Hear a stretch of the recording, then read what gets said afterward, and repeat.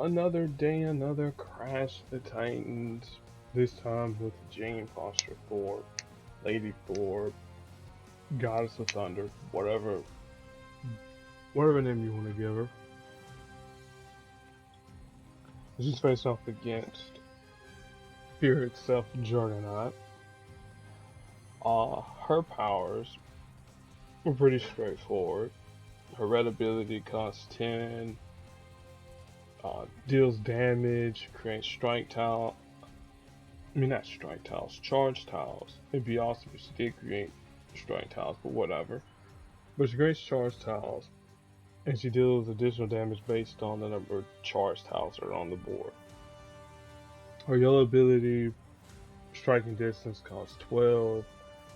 It's pretty expensive, and what it does team damage. It'll that'll that converts strike, attack, and protect tiles that belong to the enemy team to charge tiles, and that's that. It's not really that good. And then finally, her blue ability is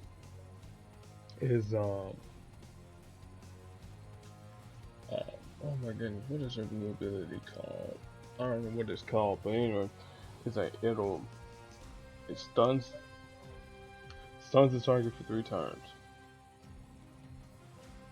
and it converts basic tiles into charge tiles.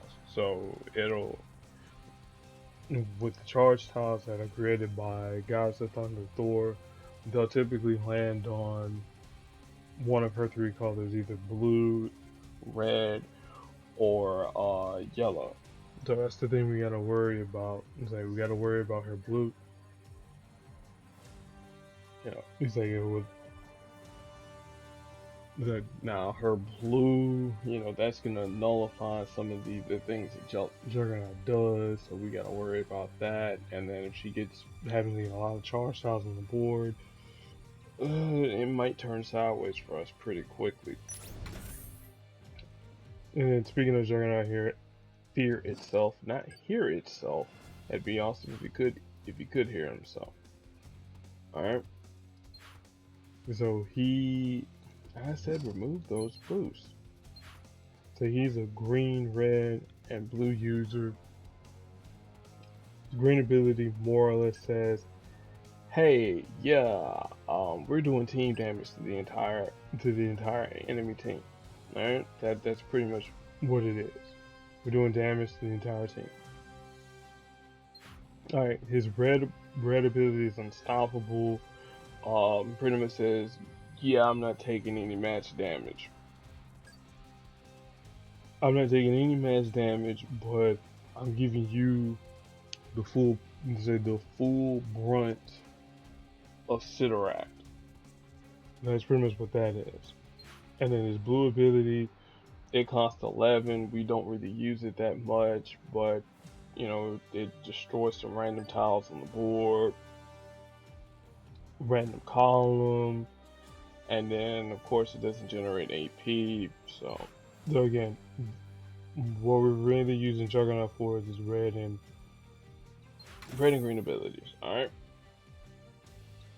Now if you're a lower level Juggernaut, the boost that I would recommend that you have, again, your match damage boost is like crank that up to 100%, so that you can have like match damage out the wazoo. So instead of it being like 225, you'd be like at 325. And then of course, the green black damage boost, and then probably the red yellow damage boost, because again, he doesn't really have any moves that have any quote unquote AP up in them. I mean that require AP, except for his blue, but we're not really using his blue. But we do have to chase his blue in order for Jane Foster not to do her thing to stun us, because her stuns will get rid of the our protection from with Sidorak. Alright. Again, because this collateral just doing its thing. Like I can let her match the red again. She's doing pitiful amounts of damage, whereas here in about the next 2 or 3 turns, as long as we match our colors and deny our colors, we'll win.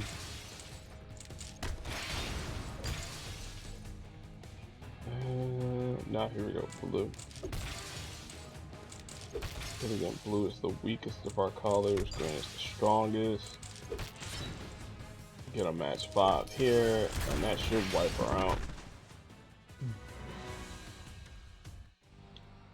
Like, no need for a health pack, just let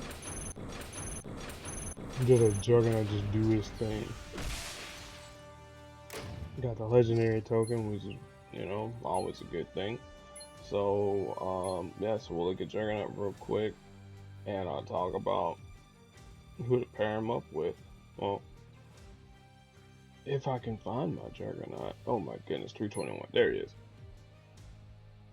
So again, main thing with Juggernaut is like if you want to boost him up, to boost his collateral and his unstoppable, which is the 2 things that he's mostly known for. Strike tiles. So who makes strike tiles that can boost up to obscene levels? Well, 4-star Rocketing Group. You know, they're all about the strike tile business, and it'll increase the damage for both collateral, unstoppable, and you're not gonna really be using too much of Breaker of Stone, not too much anyways. And Juggernaut, you know, he'll be very useful as a tank, you know, so he's great to clear out the easy nodes for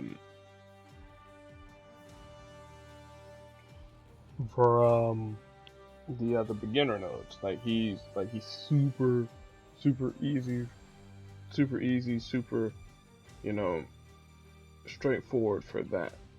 And that's the main thing you pretty much want to use Juggernaut for, the easy nodes and more or less trying to get all your other nodes more or less complete.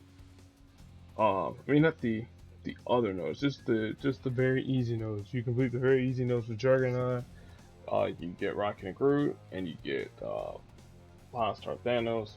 You just mow through those nodes there pretty quickly.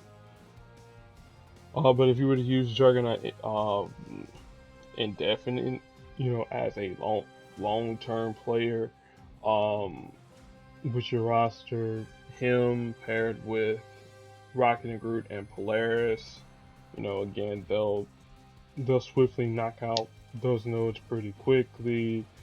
If you want to throw in Gamora to increase the strength of your strike tiles, either the 3-star or the 5-star. I mean, the 3-star, 4-star, and 5-star, because I keep forgetting Gamora does have a 5-star version too.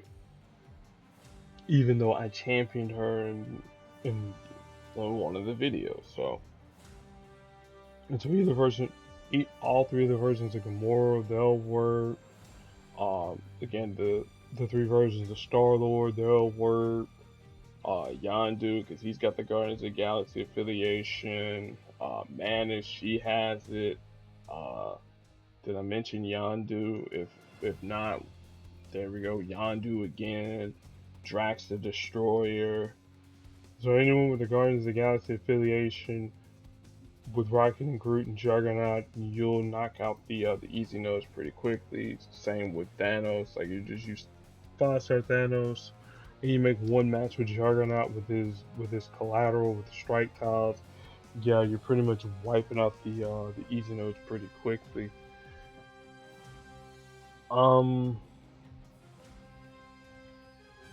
But the one thing you do have to worry about with Juggernaut, you do have to worry about characters that that can stun. So, you know, someone like an Iceman, or again, Thor Goddess of Thunder, Bishop, because he can stun, Peggy Carter, Polaris, you know, anybody that can stun, yeah, that's going to put a damper for Juggernaut's day. And of course, too, if you have either the 5-star version of Electro, or 5-star Wanda, or even 5-star Colossus, just pretty much anybody that says you know, team damage or does team damage reduction, you know, those would be your best bets to stop Juggernaut. So yeah, pretty quick Crash of the Titans here. Pretty quick video. Probably do some look and see about that off screen.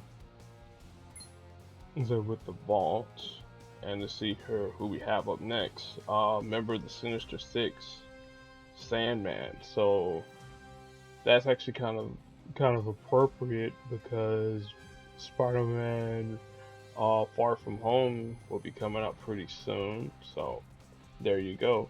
I'm honestly surprised they didn't give us a Kate Bishop Crash of the Titans, either that or Ronin Hawkeye or whatever. But that's gonna end it.